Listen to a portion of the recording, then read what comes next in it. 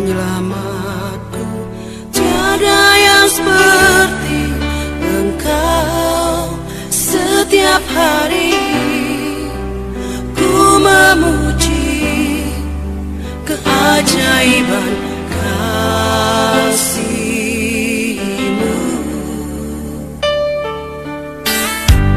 Penghibur, pelindung, menara kekuatan, biarlah semua yang bernafas tak berhenti menyembah-Mu.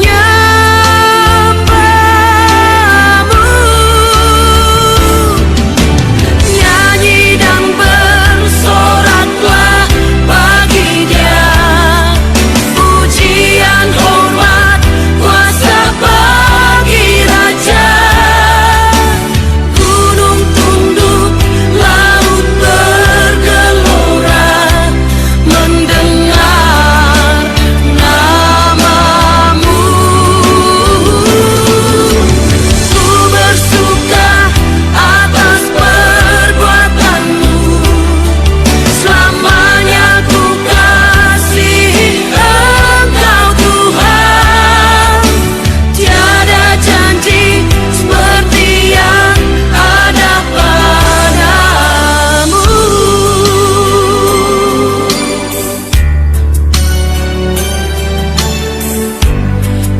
Yesusku, penyelamatku, tiada yang seperti Engkau.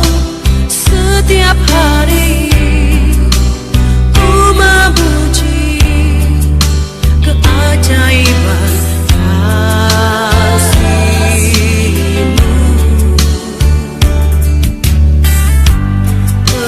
Penghibur, pelindung, menara kekuatan, biarlah semua yang bernafas tak berhenti menyembah-Mu. Nyanyi dan bersoraklah bagi Dia, pujian, hormat, kuasa bagi Raja. Gunung tunduk, laut bergelora, mendengar nama-Mu. Ku bersuka atas perbuatan-Mu, selamanya ku kasihi Engkau Tuhan. Tiada janji seperti yang ada padamu. Tiada janji seperti yang ada padamu. Tiada janji seperti yang ada padamu.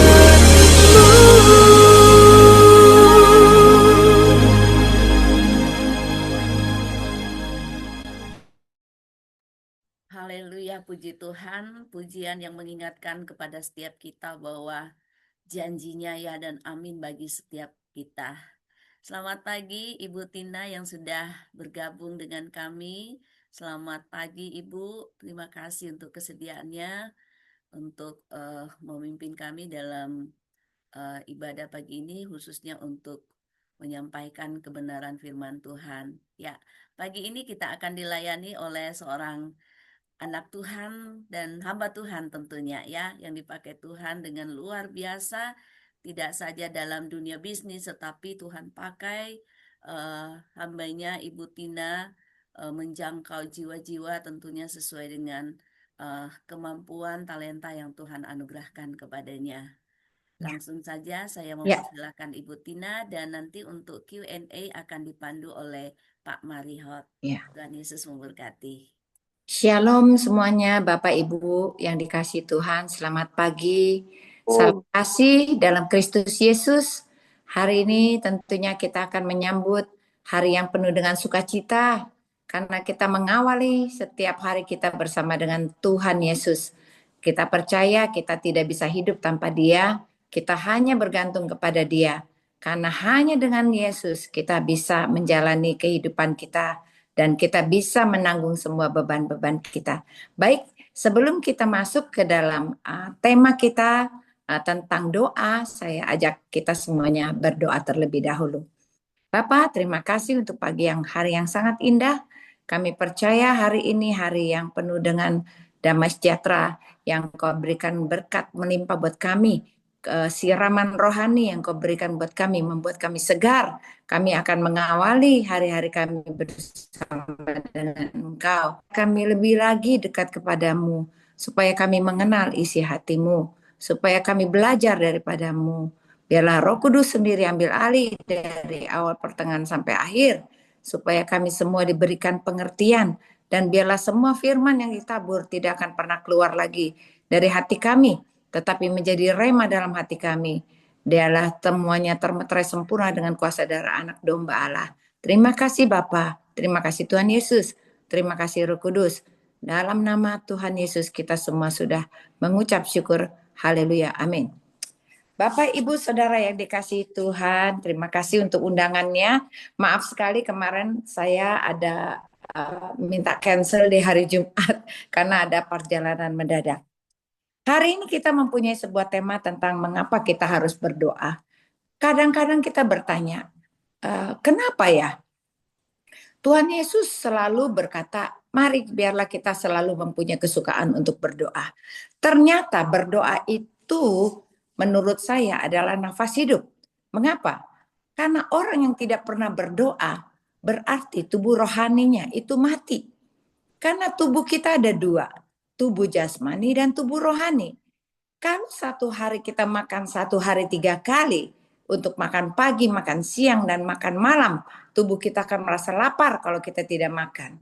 Bagaimana dengan tubuh rohani kita?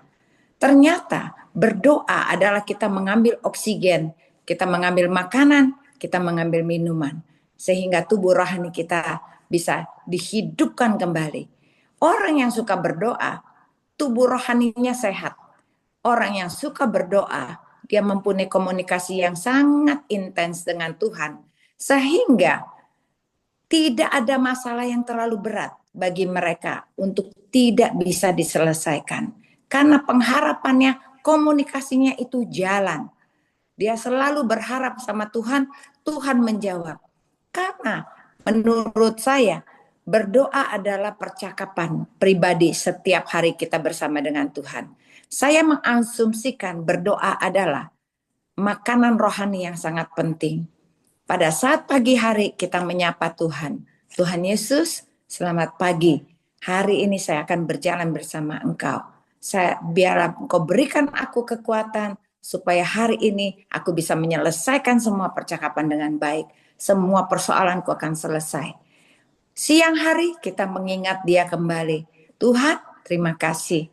Hari ini aku sudah bisa menyelesaikan separuh dari hariku. Aku perlu kekuatan daripadamu. Mungkin masih ada hal-hal yang aku tidak tahu, tapi Engkau akan memimpin setiap jalanku. Bagaimana dengan malam hari? Kita akan menyapa Dia kembali. Kita berkata, Tuhan Yesus, aku perlu Engkau. Biarlah hari ini, biarlah hari yang penuh dengan kesukaan, karena aku selalu mempunyai Engkau dalam hatiku. Bukankah itu sebuah hubungan yang sangat indah? Seperti kita makan, di dalam tubuh kita makan sehari 3 kali. Kalau kita menyapa Dia sehari 3 kali, bukankah Roh Kudus itu senang di dalam hati kita? Saya mengasumsikan bahwa setiap kita, kalau kita diundang oleh seseorang sebagai tamu dalam rumahnya, lalu saya mengasumsikan bahwa kita sudah menerima Yesus sebagai Tuhan dan Juru Selamat. Tetapi tamu yang kita undang itu ada di ruang tamu. Tapi kita tidak pernah panggil-panggil namanya. Bagaimana apa yang terjadi? Tentunya tamu tersebut tidak akan pernah betah. Karena yang punya rumah makan pagi sendiri, makan siang sendiri, makan malam sendiri. Bukankah Roh Kudus seperti itu? Tetapi kalau kita selalu melibatkan Dia di dalam hati kita, apa yang akan terjadi? Roh Kudus akan bekerja. Dia senang ada di hati kita karena kita respon, kita respect, dan kita mempunyai hubungan pribadi yang intens bersama dengan Dia. Baik, kita mengupas dari kitab Yakobus 5 ayat 16 berkata begini, karena itu hendaklah kamu saling mengaku dosamu dan saling mendoakan supaya kamu sembuh. Doa orang yang benar bila dengan yakin didoakan sangat besar kuasanya. Amin, amin, amin. Saudara yang dikasihi Tuhan, Bapak Ibu, ini adalah firman yang luar biasa. Bahwa kita harus saling mendoakan. Saya mempunyai kebiasaan untuk mendoakan keluarga saya. Sudah lama sekali saya lakukan ini. Saya akan mendoakan cucu-cucu saya setiap hari. Saya akan pangku mereka. Saya akan berkati. The Lord bless you and keep you. The Lord give His face shine on you and be gracious to you. The Lord lift up His countenance unto you, give you peace, give you joy, give you smart, give you protection, give you healthiness, give you happiness, give you strength, give you power, give you attitude, and give you wisdom, and give you love in the name of Jesus. Saya lakukan ini setiap hari bagi mereka sejak dalam kandungan. Dari anak saya yang pertama itu hamil, saya sudah mendoakan perutnya. Sampai dia lahir, saya pangku, saya gendong, saya berkati. Sehingga hari ini, saya melihat cucu-cucu saya itu mencari saya. Bahkan cucu saya yang 5 tahun, yang laki-laki, cucu saya ada 4. Yang 12 tahun, 11 tahun, 5 tahun, dan 2 tahun. Itu akan telepon. Popo, Popo belum mendoakan. Popo belum berkatin. Cici juga perlu didoakan. Coba. Anak 5 tahun itu memerlukan seperti ada siraman. Karena dia merasa dengan kita mendoakan, dia punya strength, dia punya power, dia punya sesuatu yang lebih. Karena dia memerlukan kita mendoakan dia. Dan ini bukan hanya kepada cucu saya, karena saya sudah lakukan untuk anak-anak saya. Anak-anak saya punya, selalu saya pangku. Itu kebiasaan saya. Sampai anak saya umur 28 mau menikah, masih saya pangku dan saya doakan. Dan anak-anak saya, itu kebiasaan saya. Bukankah hal ini akan membuka komunikasi kita dengan anak-anak kita dan cucu kita? Bukankah kita juga membuka komunikasi sehingga mata rohani anak-anak kita dan cucu kita sudah mulai terbuka untuk bahwa dia perlu Tuhan. Ini sebuah kebiasaan yang sangat baik. Dan saya juga sering mendoakan suami saya. Sebelum dia pergi kerja, saya selalu tumpang tangan. Selalu saya peluk dia. Saya juga anak-anak laki saya peluk, saya mendoakan. Ini sebuah saling mendoakan. Kalau anak itu juga sakit, kita mendoakan dia pasti sembuh. Jadi ada sebuah gaya hidup yang saya katakan gaya hidup yang kita harus lakukan setiap hari. Setiap saat. Jadi itu menjadi nafas hidup kita. Sehingga keluarga kita mengetahui bahwa kita sangat suka berdoa. Belakangan ini keponakan saya itu akan menikah hari Jumat dan juga tanggal 7. Dia selalu minta kuku yang mendoakan saya dalam pernikahan. Kuku, saya mau kuku nanti ikut di dalam pernikahan saya. Bukankah hal ini menjadi melibatkan kita bagi keluarga kita? Bahwa kita adalah seorang pendoa. Itu adalah titel yang paling keren menurut saya saat ini. Bukan orang sukses. Orang sukses belum tentu bisa berdoa. Orang yang banyak uang belum tentu bisa berdoa. Titel kita tidak ada artinya. Tetapi kalau kita suka berdoa, orang sekitar kita, keluarga kita. Saya punya mama mertua, saya punya ipar, saya punya pelayanan, saya punya keluarga, anak cucu, menantu, besan, semua mereka mengenal saya adalah orang yang suka berdoa. Sehingga mereka selalu bilang, bisa nggak doakan kami? Bisa nggak doakan saya? Nah inilah hal yang harus kita menjadi trademark daripada setiap orang-orang yang percaya kepada Tuhan. Bila hari kita belajar, kenapa kita harus lebih sering berdoa? Amsal 15 ayat 29 mengatakan begini, Tuhan itu jauh daripada orang fasik, tetapi doa orang benar didengarnya. Bukankah kalau kita tiap hari bergaul erat dengan Tuhan, kita pasti didengar. Orang makan pagi, makan siang, makan malam bareng. Bagaimana kita selalu berhadapan sama Tuhan? Mengana mungkin Tuhan nggak dengar doa kita? Kalau sampai doa kita tidak didengar Tuhan, pasti ada yang salah dalam kehidupan kita. Jangan-jangan kita jarang-jarang panggil Dia, jarang-jarang menghadap kepada Dia, atau sekali-sekali kita datang hanya untuk sebuah keperluan, yaitu kalau kita susah, kalau kita perlu Dia, kalau kita sakit, baru kita cari. Tapi bukan menjadi sebuah kebiasaan nafas hidup kita yang kita memerlukan seperti makan dan minum. Ini yang Tuhan berikan, bahwa kita ada perbedaan. Orang Kristen bukanlah orang yang hanya bertemu Tuhan di gereja. Orang Kristen bukanlah hanya orang-orang yang selalu mencari pendeta untuk didoakan. Orang-orang Kristen adalah orang-orang yang mempunyai hubungan yang sangat intim, erat, dan sangat manis dengan Tuhan. Dia menjadi anak-anaknya Tuhan. Karena kita tahu kita disayang, kita tahu kita dikasihi. Kenapa kita nggak cepat-cepat datang pada Bapa kita? Kita selalu menyatakan ucapan sayang kita kepada Dia.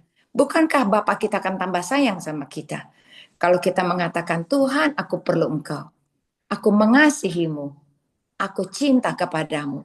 Kalau kita lakukan itu, maka perkataan-perkataan ini menjadi perkataan kebiasaan kita, yang kita juga akan utarakan kepada keluarga kita. Kita begitu gampang mengutarakan cinta sama Tuhan Yesus. Kita juga akan gampang dan lebih cepat untuk mengutarakan cinta kepada suami, kepada istri, kepada anak-anak kita, kepada cucu-cucu kita. Karena apa? Sebuah kebiasaan, sebuah ungkapan lugas dari hati kita, tulus hati. Ini akan dirasakan oleh orang-orang sekeliling kita. Dan hal yang saya ingin bahas hari ini adalah siapakah orang benar? Itu hal yang pertama. Mazmur 1 ayat 1, 2, dan 3 berkata begini. Berbahagialah orang yang tidak berjalan menurut nasihat orang fasik, yang tidak berdiri di jalan orang yang berdosa, dan yang tidak duduk dalam kumpulan pencemooh, tetapi yang kesukaannya ialah Taurat Tuhan, dan yang merenungkan Taurat itu siang dan malam. Ia seperti pohon yang ditanam di tepi aliran air, yang menghasilkan buahnya pada musimnya, yang tidak akan layu daunnya, apa saja yang diperbuatnya berhasil. Bapak, Ibu, Saudara yang dikasihi Tuhan, kesukaannya kita adalah Taurat Tuhan. Saat ini tentunya bagi orang yang sudah middle age di atas 50 mempunyai kesulitan dalam membaca. Saya mempunyai kebiasaan untuk mendengarkan audio. Sehingga pada saat saya di mana saya bisa dengar. Saya mempunyai kebiasaan untuk memuji dan menyembah. Ini adalah gaya hidup yang selain yang saya katakan tadi berdoa. Saya akan melakukannya, memberi hari-hari saya yang terbaik mulai pagi hari, siang, dan malam hari. Saya akan jalan keliling, saya akan memuji Tuhan, saya akan mendengarkan audio firman Tuhan. Hati saya fokus hanya ke sana. Jadi Bapak, Ibu, Saudara yang dikasihi Tuhan, saya fokuskan hati saya hanya untuk menyenangkan Tuhan. Saya tidak punya Instagram pribadi, saya tidak pernah lihat TikTok, mohon maaf. Saya tidak ada akun TikTok. Saya tidak pernah punya Facebook selama hidup saya. Saya hanya fokus, Facebook yang saya mau adalah Facebook saya kepada Tuhan. Saya ingin update kepada Tuhan. TikTok yang saya punya adalah TikTok pribadi saya. Saya ingin selalu hadir dalam video saya yang saya berikan hari-hari saya buat Tuhan. Saya ingin punya Instagram yang selalu dilihat oleh Tuhan, bukan oleh orang lain. Bahwa saya sudah melakukan ini, itu, dan ini. Saya sudah melakukan pagi hari, siang hari, dan malam hari. Supaya ini menjadikan sebuah penghargaan bahwa Tuhan adalah segala-galanya. Saya tidak akan buang waktu sia-sia saya untuk hal-hal duniawi. Kenapa? Memang agak ekstrim. Apa Ibu nggak update? Tidak, saya update. Saya adalah orang yang suka membaca. Saya tiap hari baca news. Itu adalah kesukaan saya. Saya punya membaca CNBC, CNN, Kompas, Detik, news, semua Korea Times, China Times, Japan Times. Coba, saya mempunyai kebiasaan untuk membaca semua news yang ada. Tetapi news itu adalah untuk mengencourage saya, siapa yang harus saya doakan. Berarti kalau kita merenungkan firman itu pagi, siang, dan malam, kita akan mempunyai sebuah kekuatan. Kenapa? Kita sudah mendownload hal-hal yang penting isi hati Tuhan dalam hati kita. Sehingga pada saat sesuatu, kalau kita sudah download di dalam, kita tinggal keluarkan app-nya kalau kita perlukan. Kenapa kita tidak mau mengambil keuntungan yang besar ini dalam hidup kita? Mengapa kita mengambil hal-hal yang lain yang tidak ada untungnya buat kita? Kenapa kita lebih sibuk di dalam membaca buku-buku yang non-Kristen? Kenapa kita suka lebih membuat waktu kita sia-sia di dalam hal yang lain? Kebiasaan merenungkan firman Tuhan, ini saya sudah lakukan sejak umur saya 20 tahun. Saat ini saya akan menjelang umur saya yang 65 tahun. Bapak, Ibu, Saudara yang dikasihi Tuhan. Bukankah ini harta yang paling berharga? Mengapa saya hidup selalu penuh dengan sukacita? Mengapa saya selalu bisa menyelesaikan masalah-masalah dalam bisnis, di dalam keluarga, di dalam anak, di dalam cucu, semua tidak ada masalah. Karena saya mempunyai kekuatan yang besar sekali, yaitu saya memiliki firman yang dahsyat dan ajaib. Bahkan banyak orang sakit datang minta disembuhkan. Banyak orang yang kerasukan minta disembuhkan. Saya mempunyai pelayanan yang saya katakan bukan seperti orang-orang lain. Saya lebih memilih untuk pelayanan yang tidak terkenal. Kenapa? Tahun ini Desember saya sudah menyelesaikan pelayanan saya 9 tahun untuk pelayanan penjara. Penjara yang di Cipinang, narkotika, kriminal, dan juga Salemba di kriminal narkotika, Pondok Bambu. Semua tidak ada titelnya, semua tidak ada duitnya, tapi justru itu yang saya pilih. Tidak usah terkenal di depan orang, tapi saya ingin terkenal di hadapan Tuhan.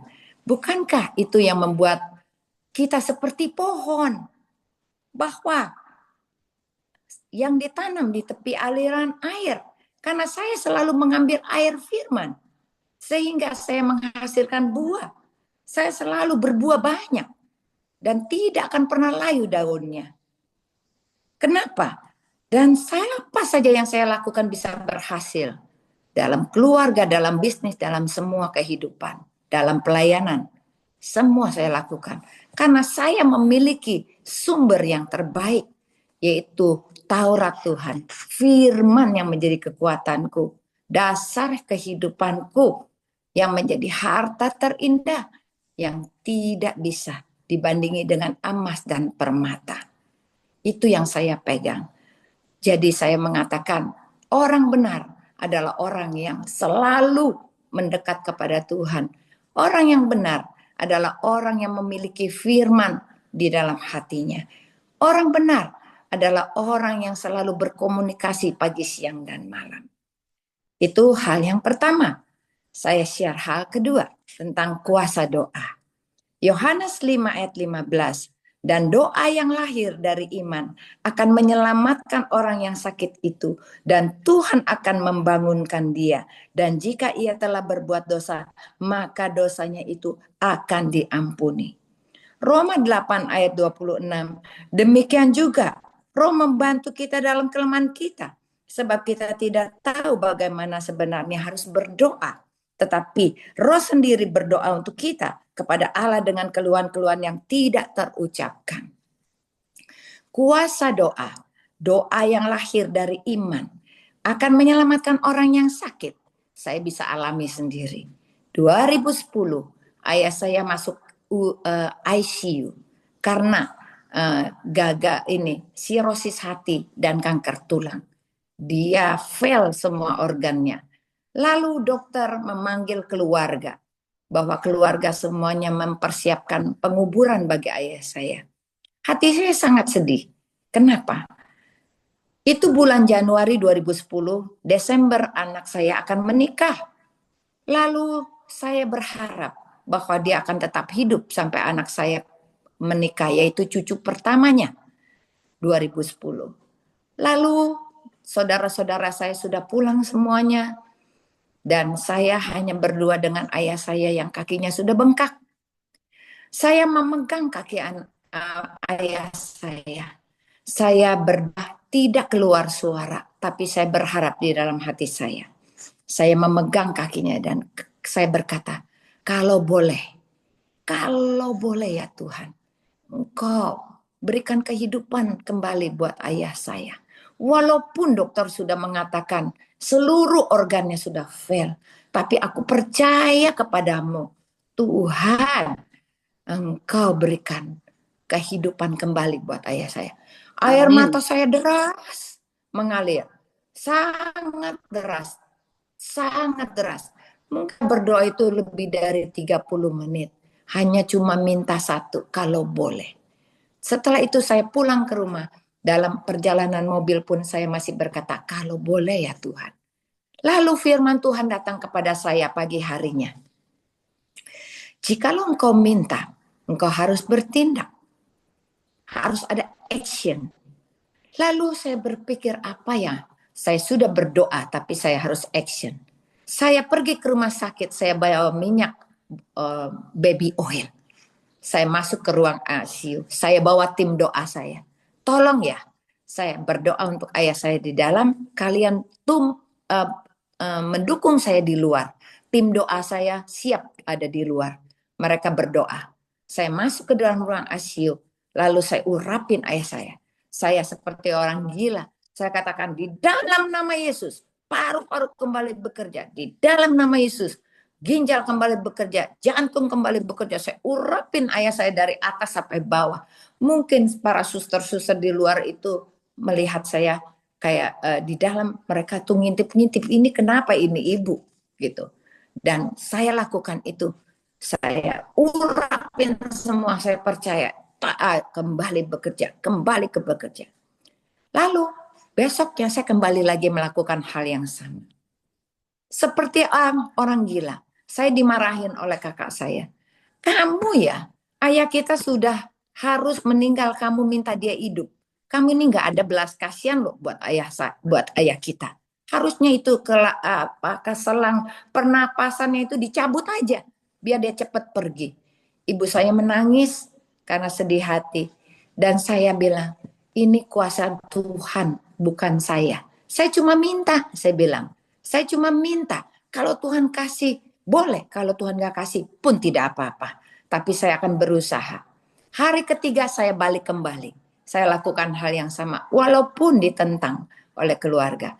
Nah, saya lakukan itu dengan hati dan sungguh-sungguh. Saya lakukan dalam nama Yesus. Hari keempat, saya mendengarkan kabar bahwa rumah sakit telepon, ayah saya di Medistra di ruang ICU menggigit selang oksigennya sampai putus. Usianya adalah 80 tahun. Coba Bapak Ibu Saudara yang dikasihi, umurnya sudah cukup. Tapi masa iya kakek umur 80 tahun bisa gigit selang pernapasan sampai putus. Sehingga seluruh rumah sakit itu heboh. Lalu dikatakan ini harus bagaimana ini. Lalu ayah saya minta pulang. Saya minta izin sama dokter. Dokter kan sudah vonis mati ayah saya. Sekarang saya minta izin untuk membawa pulang ayah saya. Bisakah? Tetapi sebelum saya membawa pulang, saya bikin timetable, Bapak Ibu. Saya katakan, minggu pertama, 2 hari sekali, dokter akan datang ke rumah. Minggu kedua, 3 hari sekali. Minggu keempat, seminggu 2 kali. Semua akan dilakukan sampai berapa bulan. Saya bikin timetable, saya tulis dalam kertas. Saya lakukan itu. Ini adalah action. Iman yang kita aplikasikan, benarkah akan terjadi? Lalu dokter membuat surat izin, ayah saya boleh pulang. Tidak pakai selang oksigen. Begitu sampai rumah, ayah saya masih dalam keadaan lemah karena dia tidak bisa berdiri, tetapi dia bisa duduk di dalam kursi roda. Berat badannya sudah turun 30 kilo. Karena dia 1 bulan di rumah sakit. Lalu kemudian hal pertama yang dia minta, papa minta pecel lele, pakai sambal terasi, pakai lalapan. Ayah saya makan pecel lele lebih dari 1 tahun. Coba bayangkan, hal yang gak mungkin. Tuhan berkata, doa yang lahir dari iman akan menyelamatkan orang yang sakit itu. Dan Tuhan akan membangunkan dia. Dan jika ia telah berbuat dosa, maka dosanya itu sudah diampuni. Dan itu saya lanjutkan, Bapak Ibu Saudara yang dikasihi. Saya tetap urapi Bapak saya setiap hari. Saya tidak keluar negeri. Saya akan datang pukul 4 sore sampai pukul 6 sore setiap hari. Saya akan masuk ke ruangan papa saya. Saya urapin dan saya memuji-muji Tuhan bersama dengan dia. Saya urapin, saya naik ke ranjangnya, saya urapin. Memang saya ada suster, tapi dia selalu menantikan saya setiap hari. Maka waktu saya masuk ke dalam kamar, dia sudah membuat persiapan untuk dibuat kamarnya menjadi wangi. Karena dia tahu mobil saya sudah datang. Dia sudah siap-siap untuk menyambut saya. Begitu saya buka pintu kamar, lalu apa yang dilakukan oleh saya, Bapak Ibu? Dia bilang, hormat bagi Tuhan, hormat bagi Yesus. Amin. Itu yang dilakukan oleh ayah saya. Ayah saya mengetahui bahwa saya hadir bersama dengan Yesus untuk memberi kekuatan kepada dia. Dan kerinduan dia setiap hari adalah menantikan kehadiran saya. Sampai suatu hari, anak saya menikah, ayah saya bisa hadir, bisa tepai. Lalu kemudian tahun baru lewat, ayah saya masih hidup. Tahun baru Sintia, ayah saya masih ada. Cobain semua makanan. Sampai bulan Maret lewat, Tuhan berkata kepada saya, ini sudah waktunya. Dia akan pulang ke surga. Kamu harus bilang sama ibumu bahwa ini sudah waktunya. Saya tidak mau bicara 1 minggu lamanya. Saya tahan, saya tidak mau karena saya takut ibu saya sedih. Tetapi minggu kedua Tuhan bicara lagi. Sekarang kamu harus kasih tahu. Sudah saatnya ayahmu pulang ke surga. Engkau harus bicara sama ibumu. Maka suatu sore saya datang. Ma, Tuhan katakan bahwa papa sudah harus pulang ke surga. Bolehkah sekarang papa pulang ke surga? Ibu saya menganggukkan kepalanya dan berkata sudah boleh. Hari itu pada saat dia mengatakan sudah boleh, ayah saya demam tinggi. Dan dia selalu mengatakan saya mau pulang. Dalam 1 minggu itu dia bilang saya mau pulang, saya mau pulang. Lalu saya mengerti apa yang dimaksud oleh ayah saya. Dia sudah mau pulang ke surga. Saya katakan, papa, iya papa, sudah boleh. Papa sudah boleh pulang. Saya katakan begitu. Kakak saya tidak pernah mengerti kata-kata papa saya. Diajak putar-putar keliling-keliling rumah saya kan di Kebayoran Blok A. Lalu dia mengatakan, rumah saya bukan yang ini. Rumah saya bukan yang ini. Rumah saya itu besar. Kamarnya banyak. Sangat bagus. Berarti sebetulnya papa saya sudah melihat rumahnya yang di surga. Lalu hari itu dia sudah sakit panas. Dan dia tidak buka matanya. Sampai pagi saya ditelepon sama suster pagi hari. Dan saya tahu itu adalah hari di mana dia akan pergi. Lalu saya datang dengan membawa makanan. Dan saya tahu dia akan pergi. Dia tidak buka matanya, tapi begitu melihat saya matanya dibuka, lalu dipegang tangan saya. Papa mau pulang. Coba, Bapak Ibu. Enggak ada orang yang seperti itu. Aku katakan dibisik di telinga, boleh Papa, boleh pulang. Saya panggil semua saudara saya, telepon sama Papa. Pamit. Pembantu pamit, semua sopir pamit. Adik saya yang di Nabire pamit, yang ada di Amerika pamit, Singapura pamit, semuanya pamit. Terakhir orang yang dilihatnya adalah suami saya dan anak saya. Lalu saya katakan, pamit sekarang. Hampir jam 12. Pamit. Papa, selamat jalan, Papa. Selamat jalan. Terakhir saya bisikan di telinganya karena dia masih melihat mata saya. Papa, selamat jalan. Sampai kita ketemu di surga ya, Papa. Selamat jalan. Jam 12 siang matanya menutup, dia tidur lelap, terlelap. Orang ngorok tidur. Dokter datang. Dia berkata, papamu ini sudah deep sleep. Dia tidak tahu apa-apa. Tubuhnya biru, tidak biru, biru, tidak biru, biru, tidak biru. Dan saya tahu hari itu dia akan jalan. Makanya bagi orang lain akan menangis terisak-isak. Buat saya tidak pernah bisa nangis. Kenapa? Saya sudah mengetahui semua perjalanannya.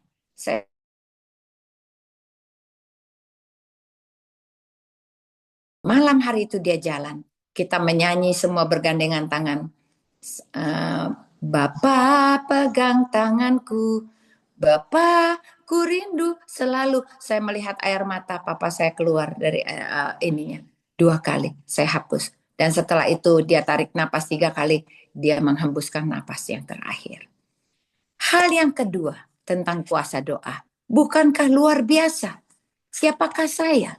Siapakah saya yang bisa membangunkan orang yang hampir mati?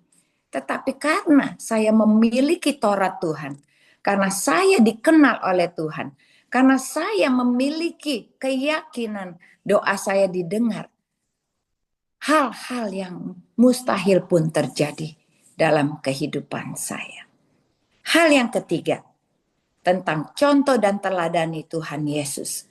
Lukas 11 ayat 1. Pada suatu kali Yesus sedang berdoa di salah satu tempat. Ketika ia berhenti berdoa, berkatalah seorang dari murid-muridnya kepadanya, Tuhan, ajarlah kami berdoa sama seperti yang diajarkan Yohanes kepada murid-muridnya. Murid-murid Tuhan Yesus minta diajarin berdoa. Lalu Tuhan Yesus mengajarkan doa Bapa kami. Bapa kami yang ada di surga, dikuduskanlah namamu. Datanglah kerajaanmu, jadilah kehendakmu di bumi dan di surga. Menurut saya, doa Bapa kami bukan menjadi pegangan kita, tetapi dia memberikan contoh paragraf bahwa hal yang pertama yang kita harus lakukan adalah memuji dan memuliakan dia. Lalu kita berkata lagi tentang ampunilah satu dengan yang lain. Seperti kita juga diampuni oleh Tuhan. Kalau kita ingin diampuni, kita harus mengampuni orang. Ini hal yang sangat penting. Karena banyak orang yang berdoa memiliki dendam, kusumat sama orang lain.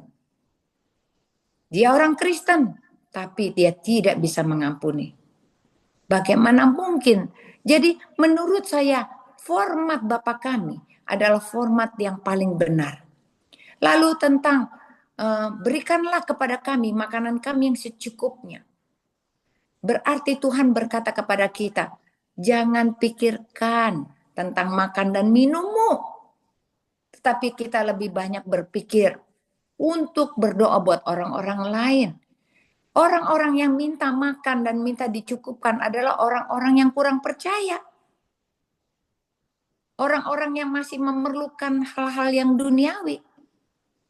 Bapak, Ibu, Saudara yang dikasihi Tuhan. Sejak saya menikah dengan Pak Joni, saya tidak pernah minta supaya Tuhan berkati suami saya. Saya tidak pernah keluar dari mulut saya supaya usaha saya diberkati. Saya punya kerinduan untuk memberkati banyak orang. Berdoa buat orang lain lebih banyak.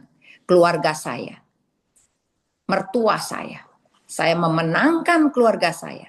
Karena saya berdoa sejak saya umur 10 tahun. Umur 15 saya dibaptis di GKI Panglima Polim. Umur 16 saya jadi guru sekolah minggu.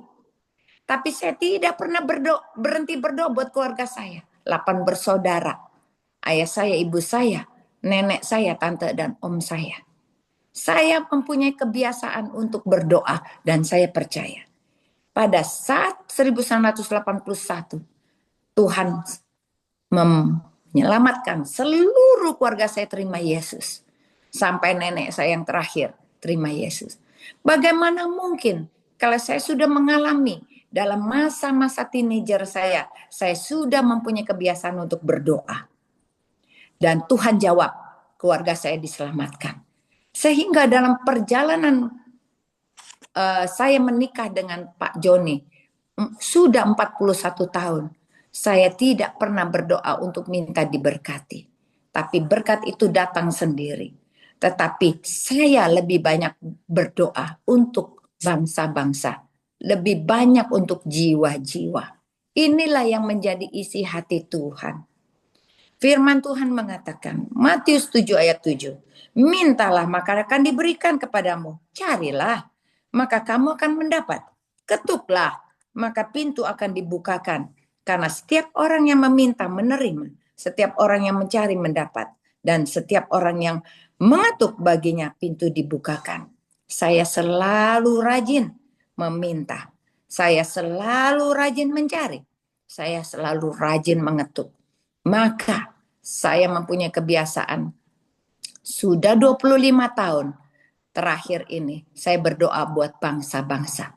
Buat Indonesia, seluruh dunia. Tuhan kasih mapping di kepala saya. Mungkin orang lain tidak akan percaya. Saya akan berdoa untuk Eropa. Semua kota-kotanya saya akan berdoa. Semua negeri-negerinya saya akan berdoa. Saya berdoa buat Amerika, Afrika, Australia. Saya akan berdoa untuk Indonesia. Saya akan berdoa untuk China, India, untuk Pakistan, Bangladesh, Sri Lanka. Saya akan berdoa untuk Himalaya, Mongolia, Nepal. Saya akan berdoa Korea Utara, Korea Selatan, Jepang, Filipina. Saya akan berdoa untuk Vietnam Utara, Vietnam Selatan, Laos, Kambodia, Myanmar, dan Thailand. Saya akan berdoa untuk Hong Kong. Saya akan berdoa untuk Taiwan. Saya akan berdoa untuk Singapura, Malaysia, dan juga Brunei Darussalam, Timur Leste, dan Papua Nugini. Coba, mapping itu Tuhan berikan kepada siapa? Kepada orang yang dipercaya. Dan kepada orang yang setia. Bagaimana dengan kita? Kita membuka forum doa. Untuk doa anastasis. Apa yang kita sudah lakukan buat Tuhan? Kita sebagai member yang ada di sini. Yang kita minta pembicara-pembicara hebat memberikan sharingnya. Apa yang sudah kita lakukan buat Tuhan? Menurut saya, bukan khotbah yang lebih penting. Bukan mendengar orang hebat berbicara.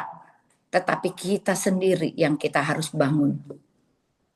Kita yang harus berubah. Karena untuk doa, bukan karena orang lain. Doa adalah nafas hidup, gaya hidup kita. Sehingga hidup kita tidak pernah sama lagi. Hidup kita selalu penuh dengan sukacita. Hidup kita ada masalah, pasti. Nggak pernah nggak ada masalah. Tapi orang-orang di sekitar kita, semuanya berbahagia. Ibu saya meninggal 2023.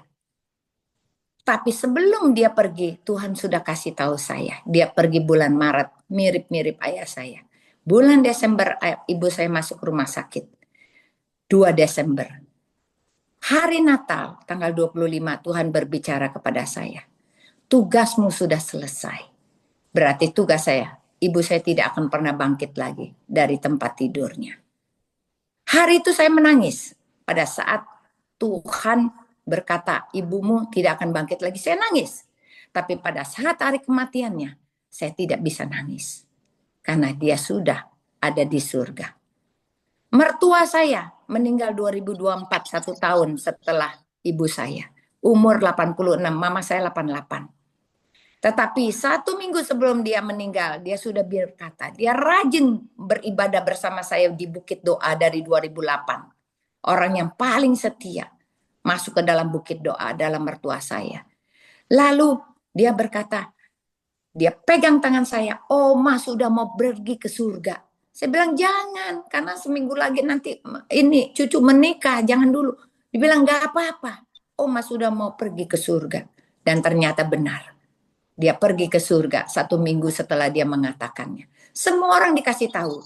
18 orang semua dikasih tahu Oma mau pergi ke surga. Bukankah ini hal yang terindah? Bahwa kita menjadi orang Kristen. Kita dikenal Tuhan. Sebelum kita mati pun kita dikasih tahu. bahwa kita akan pergi ke surga. Bukankah itu jaminan yang paling berharga dalam hidup kita? Lebih daripada emas permata. Jangan sampai kita takut bahwa kematian akan datang. Tapi janji Tuhan, yaitu orang-orang yang mengenal Dia, akan pasti bersama-sama dengan Dia. Amin. Mari kita berdoa. Bapa dalam surga, terima kasih untuk firman-Mu yang luar biasa, termeterai sempurna dalam hati kami. Bila sharing kami pagi hari ini membangun iman kami, dan kami percaya kami menjadi orang-orang yang Kau kasihi. Kami adalah orang-orang yang suka mendekat kepadamu, yang selalu memanggil namamu pagi, siang, dan malam. Terima kasih Bapa. Sempurnakan firman-Mu di dalam nama Yesus. Haleluya. Amin. Terima kasih. Amin. Tuhan Yesus memberkati. Puji Tuhan, Ibu Tina, terima kasih. Saya Marihot Sitorus. Ya. Salam kenal. Aduh, puji Tuhan. Wah, saya speechless mau ngomong apa nih. Tapi yang penting benar, ketuklah, mintalah, carilah. Kepada siapa lagi kita kalau nggak bukan Tuhan? Bukan kita sok, Tuhan mau ribetin saya, bikin saya ribet, bikin saya sibuk. Gitu. Maksudnya kepada siapa lagi? Kita nggak mungkin lapor kepada Prabowo, kepada Jokowi. Enggak lah. Ini Tuhan semesta alam yang di dalamnya kekekalan selama-lamanya. Terima kasih Bu sharingnya. Karena kami juga harus tidak putus-putusnya kita ya. Baik Bapak Ibu Saudara, saya kasih kesempatan, waktu berjalan terus. Paling 1-2 pertanyaan Bu. Ada di chat kita, jadi nanti untuk tim doa ada yang kita doakan nanti Bu, nanti saya akan sebutkan. Silakan, ada yang mau bertanya, silakan. Pertanyaan mengenai doa ya. Doa seperti saya bilang, pertanyaan yang bertanya, bukan curhat, bukan kesaksian, tapi bertanya. Mari Bapak Ibu Saudara, ada yang terhambat berdoa, ada yang berdoa, Bapa kami yang di surga, kemudian tidur, pagi-pagi bangun, amin, lupa. Ada yang berdoa kalau makan lupa, lagi keburu-buru lapar, dulu pernah gitu Bu. Karena laparnya berdoa, Tuhan lindungilah kami di jalan. Waduh, padahal doanya doa makan, inilah. Kalau kita berdoanya terpaksa dan dibuat-buat. Silakan Bapak Ibu Saudara, kesempatan saya berikan 1-2 orang. Siapa? Ya, halo. Oh iya, baik. Shalom. Silakan Pak Rohyan. Puji Tuhan. Ya. Nama saya Hari Rofian. Ya, Pak Hari. Shalom. Terima kasih banyak Bu. Ya. Pengajaran pagi hari ini saya disampaikan Tuhan. Inilah orang yang kedua pun harus kamu ikuti pengalamannya dengan aku. Begitu kan? Saya dapat pernyataan roh, baik penglihatan maupun audible. Apa yang Ibu sampaikan ini benar-benar sebagiannya ada pengalaman pribadi saya dengan Tuhan. Keluarga saya juga, kematian opa saya diketahuinya, kematian mami saya, dia juga tahu. Oleh karena itu, dalam kehidupan kami berkeluarga, seperti juga Ibu, keluarga saya bilang, tolong bantu dalam doa, tolong doakan. Semua.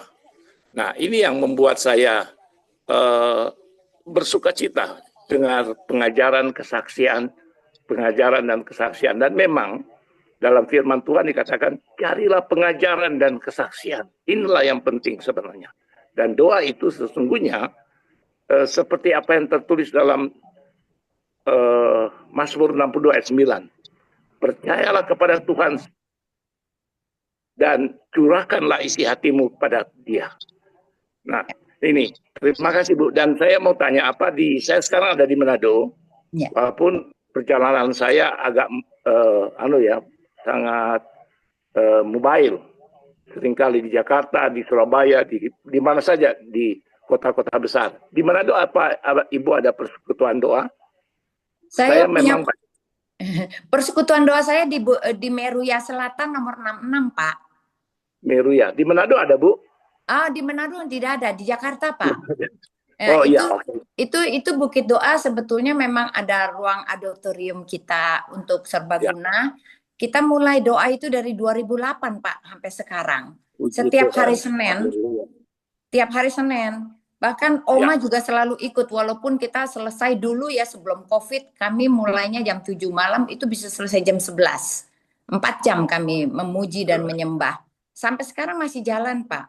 Oh Jadi ya, puji Tuhan. sekarang kita mulainya jam 5 sore sampai jam 8 malam.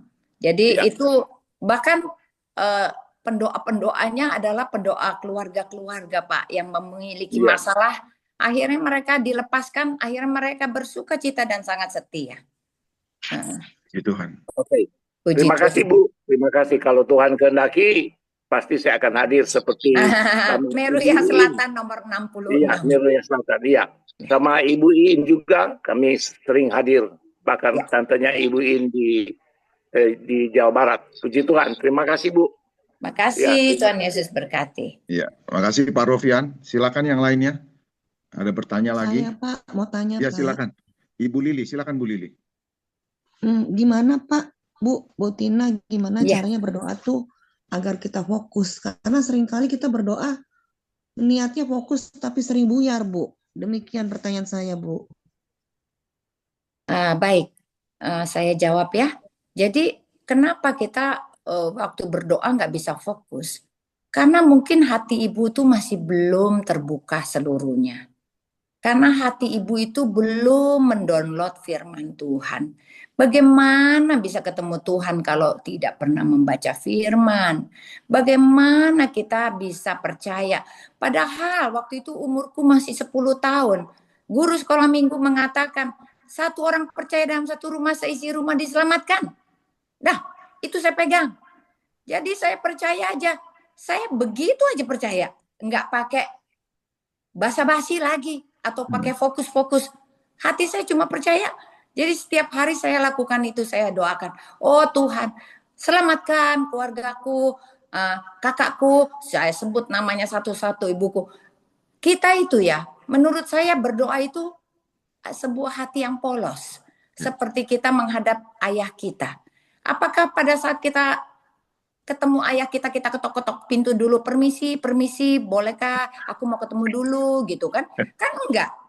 Langsung kita mau bicara, kita langsung masuk aja ke kamar. Papa. Kita seperti papa. Kenapa kita harus ada barrier? Kalau sampai kita ada barrier merasa sangat susah, berarti kita belum kenal papa kita. Kita belum dekat sama papa kita. Mungkin kita belum sayang sama papa kita. Atau papa kita juga belum sayang sama kita. Berarti kan kita belum dikenal. Kalau kita sudah dikenal, itu nggak ada barrier. Berdoa itu mudah sekali. Bahkan intimasi yang sangat indah. Nggak pakai basa-basi atau kita persiapan cuci kaki, cuci tangan. Nggak ada. Karena dia ayah kita. Kita bisa datang dalam keadaan apapun juga. Karena kita cuma cukup berbicara. Kita katakan, Papa, aku perlu engkau. Aku tidak bisa berdoa. Bukankah tadi ayatnya berkata bahwa roh yang akan berdoa buat kita. Dengan keluhan-keluhan yang tidak terucapkan. Kenapa kita susah? Cukup kita memuji. Cukup kita tinggikan namanya. Cukup kita nyanyi. Bukankah itu juga sudah berdoa? Jadi berdoa itu tidak usah ucap kata-kata. Tadi kan saya bilang, dari mulut saya itu nggak ada kata satupun keluar pada saat saya minta ayah saya dibangunkan. Saya cuma pegang kakinya. Kalau boleh ya Tuhan, kalau boleh. Kan lucu, karena kita minta kalau boleh kan karena kita kenal itu Bapak kita. Jadi menurut saya itu adalah hubungan keluarga kita dengan Tuhan. Jangan pernah kita menganggap Tuhan itu ada di langit tinggi, susah dijangkau. Tapi Tuhan itu ada di hati, dekat dengan kita. Cuma masalahnya mungkin dia belum masuk ke dalam rumah kita. Dia masih ada di luar pintu. Karena Tuhan berkata begini, aku berdiri di depan pintu dan mengetuk. Barang siapa yang membukakan pintu, aku akan masuk dan duduk makan bersama dengan dia. Dan dia duduk makan bersama dengan aku. Jangan-jangan pintunya nggak pernah dibuka. Dan Tuhan juga nggak pernah duduk makan bareng sama kita. Bukankah Tuhan bilang dia berdiri? Kalau dibukain pintu dia duduk makan. Berapa kali kita makan sehari? Makan pagi, makan siang, makan malam. Makanya kita itu jangan hanya berkata kita orang Kristen, pada saat kita nanti jadi masuk, pada saat kita nanti dipanggil Tuhan, itu KTP kita nggak laku. KTP Kristen atau surat baptis kita itu nggak ada artinya. Kita hanya bisa menghadap dengan hati kita dan kita berkata, Tuhan, aku sudah duduk makan bersama dengan Engkau pagi, siang, dan malam. Aku sudah kenal sama Engkau. Cukup kita melakukan itu. Berarti jawabannya, apakah Ibu bisa mengerti sekarang? Buka hati, undang dia masuk, duduk makan, panggil namanya pagi, siang, dan malam. Cukup lakukan itu dulu. Maka Ibu akan ketemu sama Tuhan. Terima kasih. Mungkin jawabannya sudah mencukupi. Oke, puji Tuhan Bu. Jadi ingat lagu sekolah minggu, baca kitab suci, doa tiap hari, doa tiap hari. Jadi untuk itu Bu ya, jadi kita harus fokus karena ini yang terbaik. Satu lagi terakhir, paling terakhir, silakan sebelum kita masuk doa syafaat yang akan dipimpin oleh Ibu Justina sama Ibu Tina. Ya, Saya silakan. Pak, Ya. dari tadi saya sudah raise hand. Oh ya, Ya. maaf Pak, Ya, nggak keluar dari namanya. tadi. Pak Ya. PKL ya. Ya, Dari mana Pak? Saya Dari mana nih? dari saat ini saya di Sarawak. Sarawak, Oh Pak. silakan, Ya. silakan. Ya, Ya. ya, Shalom, saya Pak. sedang perjalanan biasa penginjil kaki lima. Panggilan saya PKL itu penginjil kaki lima. Oke. Nah, seperti jelangkung tidak diundang, pulang tidak diantar. Gitu kalau bahasa guyon saya. Dalam doa saya baru menyadari setelah saya lahir baru. Ya, setelah lahir baru. Berkomunikasi sama Bapa di sorga itu kebutuhan. Seperti bernapas, kata Billy Graham. Tidak bernapas mati, kurang bernapas sesak napas. Jadi bernapaslah seperti ketika kita berjalan santai, berjalan berolahraga, ya. Ada oksigen yang kita serap, ada karbon dioksida yang kita buang. Jadi doa bukan tujuan. Banyak orang menjadikan doa itu tujuan dan puasa, ya. Doa Oke, dan Pak, puasa. maaf. Pak, pertanyaan Pak, langsung pertanyaan Pak. Ya, saya mau berbagi Pak, supaya wacana kita terbuka tentang itu. Saya sudah 43 tahun melayani Tuhan. Jadi supaya kita tahu doa dan puasa bukan tujuan, tapi cara kita berintimasi dengan Tuhan. Pertanyaannya, ada teman saya selalu hobi doa Esther. Setahun bisa 6-8 kali. Ya, doa puasa, tidak makan, tidak minum 3 kali 24 jam. Saya juga berkali-kali melakukan, tapi dengan tujuan tertentu. Saya ingin Tuhan menjawab secara khusus persoalan pribadi saya. Atau orang lain yang saya gumuli untuk mendapat jawaban. Nah, uniknya teman saya ini aktif melayani Tuhan. Ada persoalan. Tapi kok 6-8 kali setahun doa Esther atau doa Yunus, tapi tidak ada perubahan karakter. Progres perubahan karakter. Seorang yang mengaku anak Tuhan, pelayan Tuhan, harus ada perubahan progres karakter dan integritas. Bahkan cara hidup yang makin berkenan kepada Tuhan. Itu indikatornya. Siapapun Anda, saya tidak akan pernah percaya kalau saya tidak melihat dulu ada progres. Ada Kristus yang kita lihat dalam diri kita. Surat yang terbuka menurut Kristus. Itu pertanyaan saya. Terima kasih Bu Tina atas pencerahannya. Tuhan Yesus memberkati. Salam bagi kita semua. Terima kasih, silakan Bu Tina.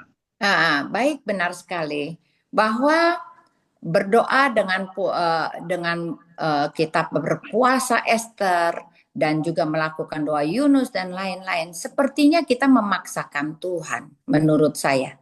Karena sebetulnya Tuhan itu nggak perlu dipaksa. Oh, saya berpuasa 40 hari, wah tidak makan daging misalnya. Tapi dia karakternya tidak berubah. Tuhan bilang, ini tidak ada berkenan.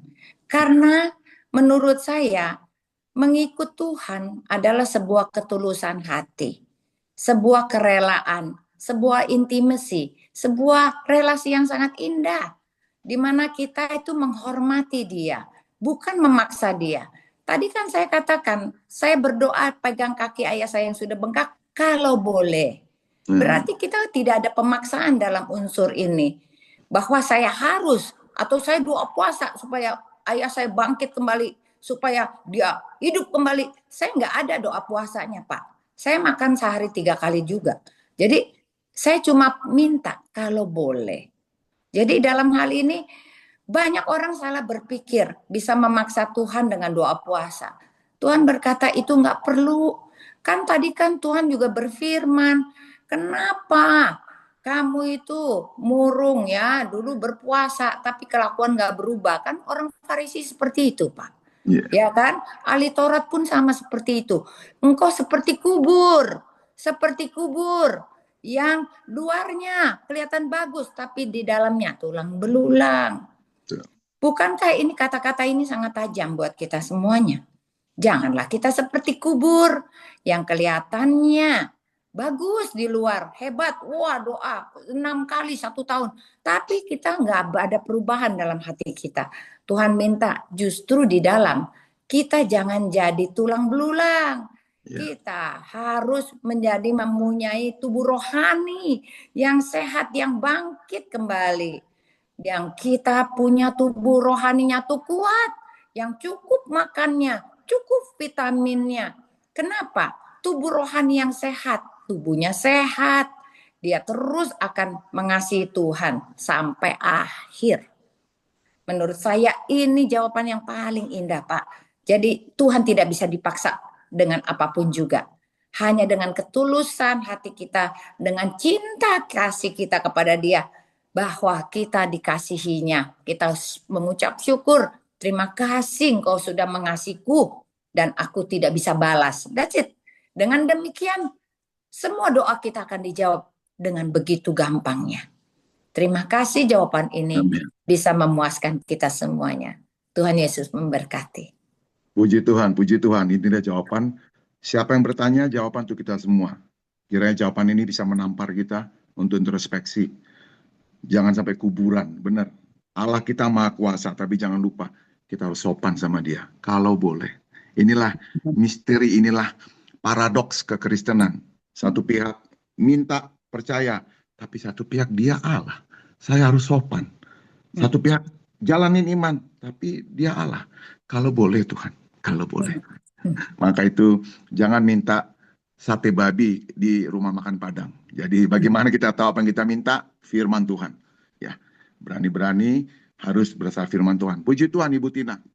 Kita bersyukur hari ini kita akan berdoa syafaat ya. Ibu Justina mungkin udah bisa baca ya. Ibu Tina, saya akan bacakan beberapa dari chat ya Bapak Ibu. Kita akan baca chat. Yang penting ini saya pikir kita tahu udah banyak anak-anak Tuhan yang ikut PD ini udah mulai mangkir Bu, udah nggak datang lagi. Apa mungkin saya tidak tahu ya, apakah dia udah dipanggil pulang oleh Tuhan, atau apakah dia udah males, kecewa, seperti tadi yang dari Sarawak, mungkin dia udah ketahuan tulang belulang, tapi kita mohonlah biar tulang belulang ini dibangkitkan Tuhan. Seperti bagaimana Tuhan memberikan daging, urat, kemudian memberi kehidupan lagi Bu, untuk hadir.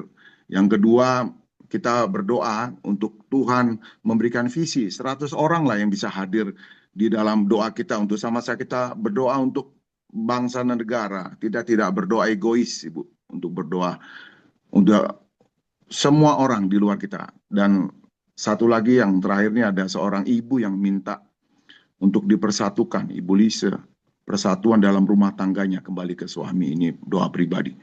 Begitu Ibu Tina, saya serahkan ke Ibu untuk kita berdoa bersama, Ibu yang pimpin. Nanti setelah itu Gembala Sidang Bapak Nathanael akan memberi doa berkat. Dan kita akan akhiri dengan lagu Bapa Terima Kasih. Saya serahkan Ibu Tina untuk doa yang tadi. Ya. Mari kita berdoa bersama-sama. Bapa dalam surga, terima kasih untuk semua waktu yang sudah Engkau berikan buat kami. Waktu-waktu indah, nafas hidup yang Kau berikan buat kami semuanya. Biarlah kami boleh berjalan bersama dengan firman-Mu setiap hari. Dan saat ini ya Abah ya Bapa, biarlah Tuhan memberkati semua peserta daripada doa Anastasis ini, supaya semakin berkembang Tuhan, bahwa mereka membutuhkan Engkau. Biarlah dari setiap hati ada sebuah kebutuhan, dan mereka harus belajar untuk setia menjadi pengikut-pengikut-Mu Tuhan. Selalu berharap daripada-Mu Tuhan. Ajar kepada kami semuanya untuk berlaku setia sama seperti Engkau setia. Berikanlah lebih banyak lagi orang yang bersedia untuk berdoa Tuhan. Bukan buat diri sendiri, tetapi juga buat orang-orang lain. Dan biarlah hari ini kami diberi kesempatan berdoa buat bangsa-bangsa. Tuhan, kami percaya Tuhan ada bersama kami. Doa orang benar besar kuasanya. Oleh karena itu Tuhan, saat ini kami ingin berdoa untuk Ukraina dan Rusia. Kami rebut jiwa-jiwa dalam nama Yesus. Kami rebut jiwa-jiwa di Jerman dan Italia. Kami rebut dalam nama Tuhan Yesus. Kami berdoa untuk Inggris, Prancis, Belanda, Swedia, Finlandia, Polandia, Norwegia, Denmark, dan Switzerland. Kami rebut dalam nama Yesus. Kami rebut Yunani dalam nama Yesus. Biarlah jiwa-jiwa mencari Engkau. Kami rebut jiwa-jiwa di Turki dan Syria. Kami rebut dalam nama Yesus. Kami rebut jiwa-jiwa di Iran, Irak, Afghanistan, dan Lebanon. Tuhan, kami rebut jiwa-jiwa dalam nama Yesus. Kami rebut jiwa-jiwa yang ada di Palestina dan Israel. Dalam nama Yesus menjadi kepunyaan dan kesayangan-Mu Tuhan. Kami rebut Amin. jiwa-jiwa di Arab Saudi dan di Mesir. Kami rebut dalam nama Tuhan Yesus. Kami rebut jiwa-jiwa kutub utara, kutub selatan, Jamah, dan selamatkan mereka dalam nama Yesus. Kami rebut jiwa-jiwa di Kanada, utara, timur, barat, dan selatan. Kami rebut dalam nama Yesus. Kami rebut Amerika dalam nama Yesus. Utara, timur, barat, dan selatan. Texas dan Meksiko kami rebut dalam nama Yesus. Kami rebut Amerika Selatan, Brasilia, Kolombia, Argentina, dan juga daerah sungai Amazon dan Caribbean dan Hawaii kami rebut dalam nama Yesus. Kami rebut Afrika dalam nama Yesus. Kami rebut jiwa-jiwa utara, timur, barat, dan selatan, Nigeria, Uganda, dan juga Zimbabwe. Kami rebut dalam nama Tuhan Yesus. Tuhan berkuasa atas Afrika. Nama Tuhan dimuliakan, ditinggikan. Kami rebut jiwa-jiwa yang ada di Australia, utara, timur, barat, dan selatan. Suku-suku aborigin kami rebut dalam nama Yesus. Tasmania, New Zealand kami rebut dalam nama Yesus. Kami rebut Asia, utara, timur, barat, dan selatan. Asia ada di tangan-Mu Tuhan. China, 1,5 miliar orang ada di tangan-Mu Tuhan. Kami rebut dalam nama Yesus. India, 1,5 miliar orang. Kami rebut dalam nama Yesus. Kami rebut Pakistan, Bangladesh, Sri Lanka. Kami rebut jiwa-jiwa dalam nama Yesus. Kami rebut jiwa-jiwa Himalaya, Mongolia, dan Nepal dalam nama Yesus menjadi kepunyaan-Mu Tuhan. Kami rebut Korea Utara, Korea Selatan. Dalam nama Yesus kami perkatakan mereka akan menjadi bersatu kembali. Korea akan menjadi satu kembali dalam nama Tuhan Yesus. Walaupun itu tidak mungkin, tapi Tuhan berkuasa atas bangsa dan negeri ini. Kami rebut dalam nama Yesus. Kami rebut Jepang, utara, timur, barat, dan selatan menjadi kepunyaan-Mu. Mereka semua tidak lagi menyembah berhala, tapi menjadi kepunyaan-Mu Tuhan dalam nama Yesus. Kami rebut Filipina. Dalam nama Yesus, jiwa-jiwa menjadi milik-Mu Tuhan. Kami rebut Vietnam Utara, Vietnam Selatan dalam nama Yesus. Kami rebut Laos, Kambodia dalam nama Yesus menjadi kepunyaan-Mu.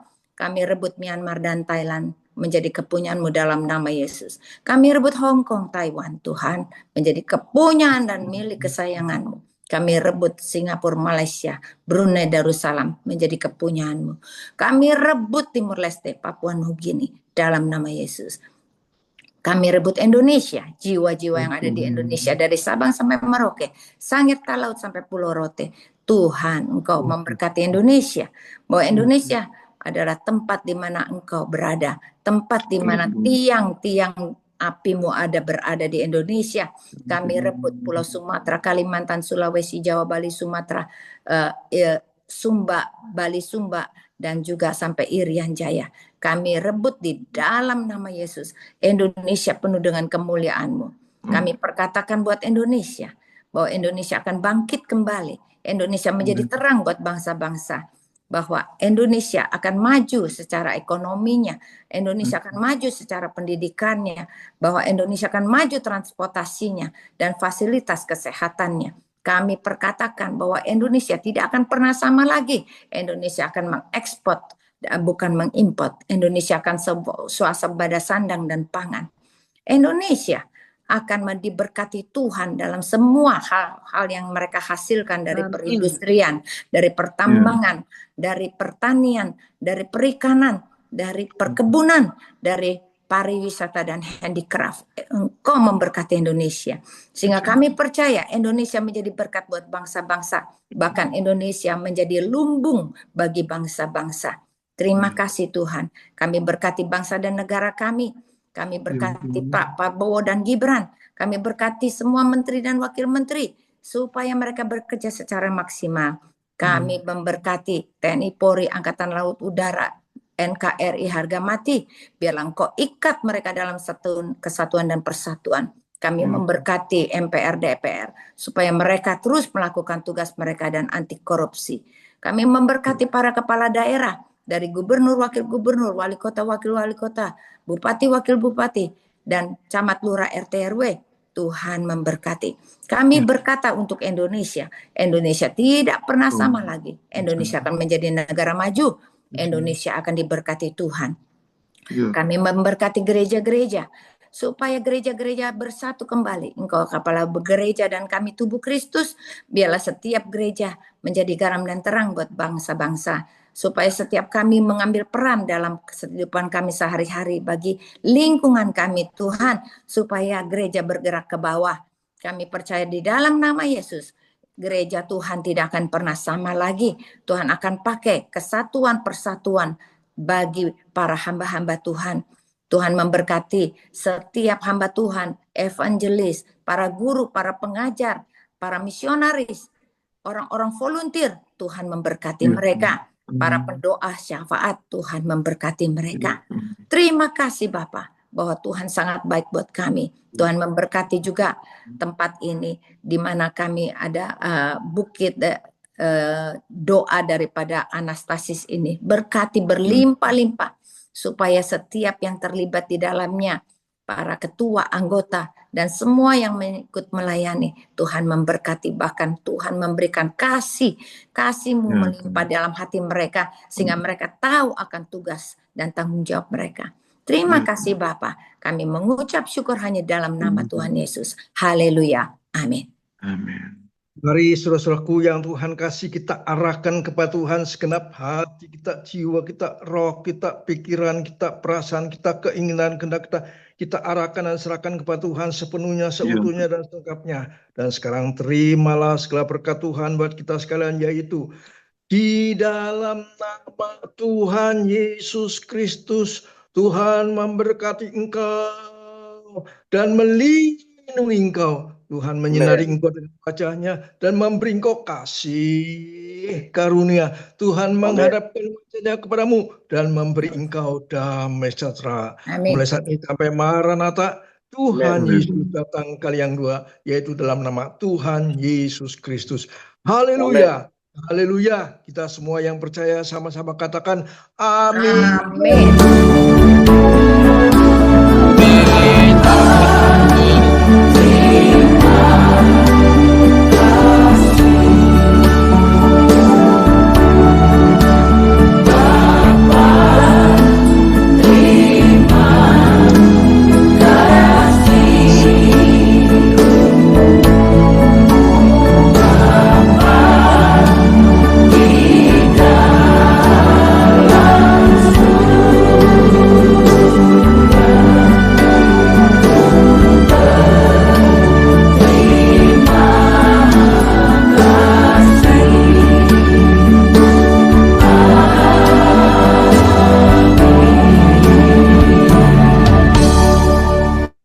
Makasih Ibu Tina, makasih Pak Natana, Makasih. makasih semua.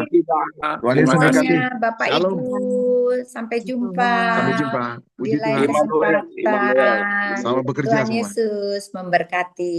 Amin. Mohon Sama-sama. izin untuk Ada. live ya Pak. Semua Ya, Bapak terima Ibu. kasih. Sampai ketemu lagi di lain Bye-bye kesempatan. Sarawak juga. Ya. Oke, bye-bye. Bapak. Terima kasih. Semangat.